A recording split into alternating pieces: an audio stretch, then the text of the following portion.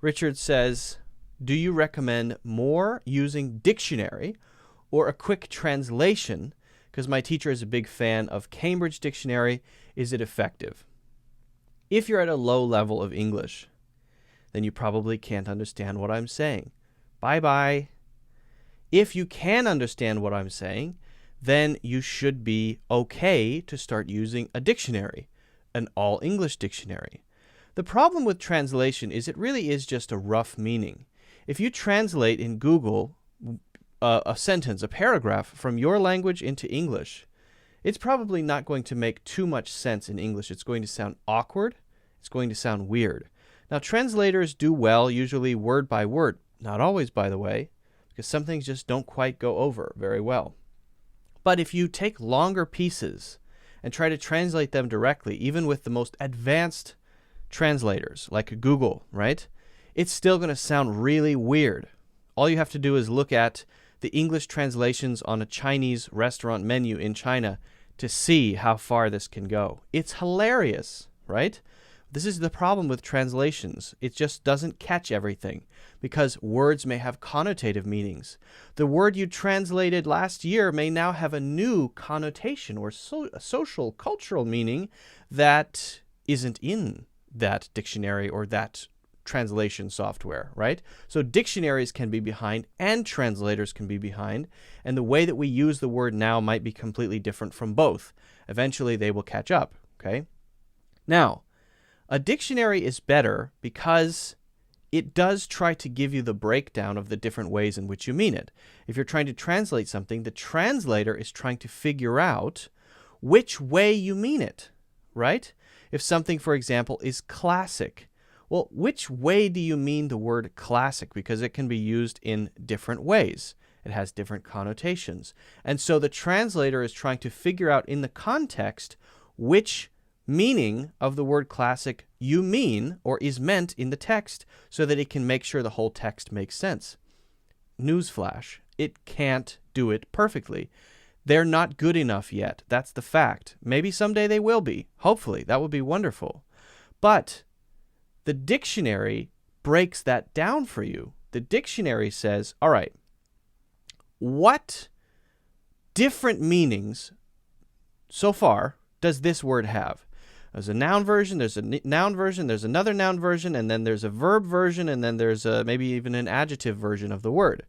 And you can look at the explanation or definition of each form of the word, right, or each meaning of the word, and hopefully, if it's a good dictionary, you can have a couple of example sentences.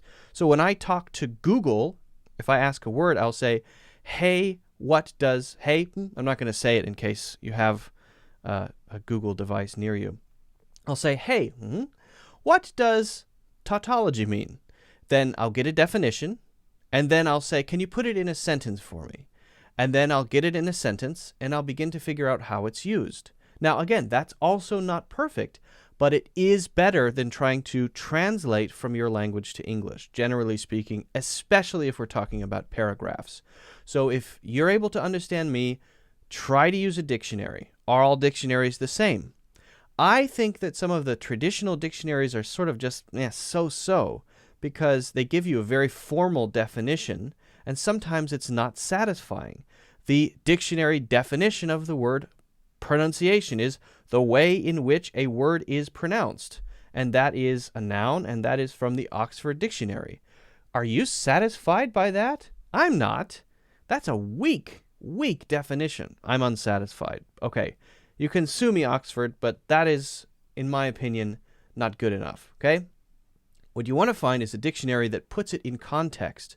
Now, vocabulary, I believe it's vocabulary.com, has a good presentation of a word because they'll try to put it in a context for you.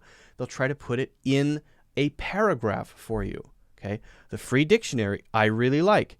Not because their definitions are so great, right? Vocabulary.com, they're quite good because the definitions are pretty good. They put it into a context. That's nice. And I like the free dictionary because the free dictionary gives you lots of examples underneath. 1, 2, 3, 4, 5, 6, 7. All the meanings in gold font. It's very nice. It's easy to read. And, as I've said 10 billion times, The free dictionary has idioms, meaning you can search not only single words, but phrases and idioms as well. And you can explore them very well. You can search synonyms and related words. You can even search by the beginnings and endings of words. So it's very good. So I would say, to summarize all this, translate if you can't understand me, which is to say, forget what I just said because you didn't understand what I said because you need a translator. If you can, use an all-English dictionary to find new words and phrases. Find one that fits you best. I recommend the free dictionary and vocabulary.com. But also remember that these things don't tell you what words mean. They figure out what words mean after they've been established in the culture. And so you may come across words that are being used in a certain way in the culture by people, everybody even, that aren't in the dictionary in a satisfying way, because the dictionary has a process that follows along culture and picks up the words and the meanings after they've already happened, after they've already been established. That's important to realize. People think dictionaries tell us what words mean. No. They figure out what words mean after they've already been established and popularized. That's how it works. It's not the other way around. They don't say, all right, everyone, here are the 20 new words for this year. No. Nonsense. Nonsense. It goes the other way. Okay? Hopefully that's clear. Guys, if you haven't already, I would really appreciate it deeply and humbly if you would hit the like button. If you're washing your hands or you're washing the dishes and you can't do it, then just lean down like I do and push it with your nose. It takes practice because you have to kind of aim it. You can do it. You can do it. If you have an ad playing at some point, you just hit the next button with your nose. It works. It works. That's what I do. Also, don't forget to subscribe and check out my courses in the links in the description.